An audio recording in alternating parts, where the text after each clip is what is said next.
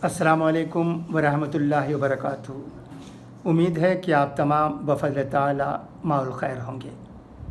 अब उर्दू में ख़बरें सुनिएगा। चीन से निपटने के लिए फ़ौज को खुली छूट दी गई है। मशरक़ी लद्दाख में चीन के साथ एक महीने से ज़्यादा वक्त से जारी तनाज़े के दरमियान वज़ीर दफ़ा राजनाथ सिंह ने chief of defence staff general Bipin Rawat और 3 अफ़वाज के सरबराहान के साथ सूरत हाल का जायज़ा लिया है। उन्होंने तीनों अफ़वाज के सरबराहान से कहा है कि फ़ौज खबरदार रहे और बर्री, बहरी और फ़िज़ाई हुदूद पर चीनी सरगर्मियों पर गहरी नज़र रखी। पाबंदी में नरमी के बावजूद माल्स के कारोबार में 77% की गिरावट पाई गई है। बस टैक्सी के शोबे में 20 लाख अफराद बेरोज़गार हो गए हैं। पेट्रोल और डीज़ल की कीमतों में इजाफ़ा रोज़ बरोज़ जारी है। श्रीनगर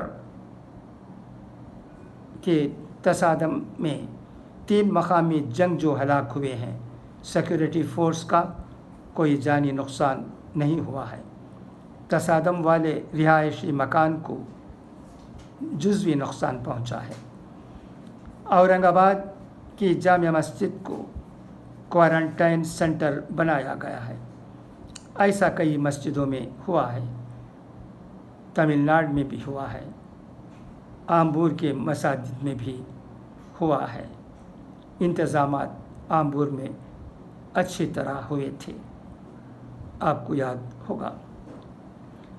अक़वाल ज़र्रीन हुज़ूर अकरम सल्लल्लाहु अलैहि वसल्लम ने फरमाया, सख़ी अल्लाह से क़रीब है, जन्नत से क़रीब है, लोगों से क़रीब है और दोज़ख से दूर है।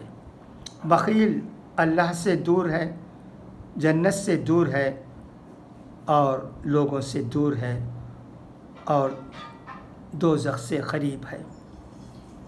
हक़ हमसायगी चारों तरफ 40-40 घरों तक है।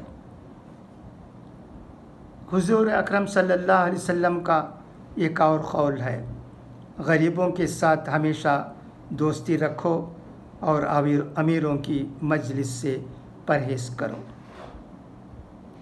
जो खुदा और क़यामत पर ईमान रखता है उसे कह दो कि पड़ोसी की इज़्ज़त करे।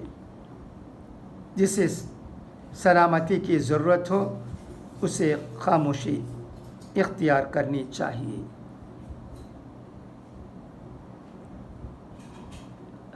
बस इतना ही आज के लिए। इंशाअल्लाह फिर कल मुलाकात होगी। खुदा हाफिज़, फ़ी अमानिल्लाह।